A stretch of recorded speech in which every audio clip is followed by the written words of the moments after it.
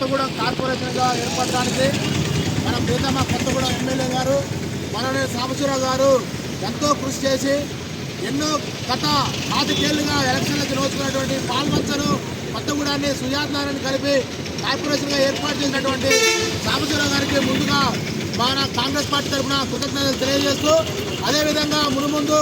ఎన్నో మంచి అభివృద్ధి కార్యక్రమాలు చేయాలని కోరుకుంటూ సాంబశివరావు గారు గెలిచిన కాడ నుండి అనునిత్యం కొత్తగూడెం నియోజకవర్గ ప్రజల కోసం ఎనలేని కృషి చేస్తూ ముఖ్యమంత్రి రేవంత్ రెడ్డి గారిని అదేవిధంగా మిగతా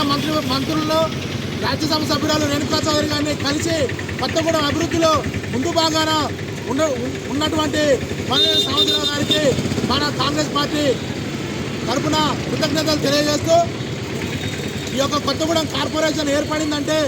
అది ఖచ్చితంగా కొత్తగూడెం నియోజకవర్గ ఎమ్మెల్యే కొన సాంబశివరావు గారి కృషి అని అందరికీ తెలియజేస్తూ కాంగ్రెస్ పార్టీ తరఫున ఆయనకి అభినందనలు తెలియజేస్తా ఉన్నాం.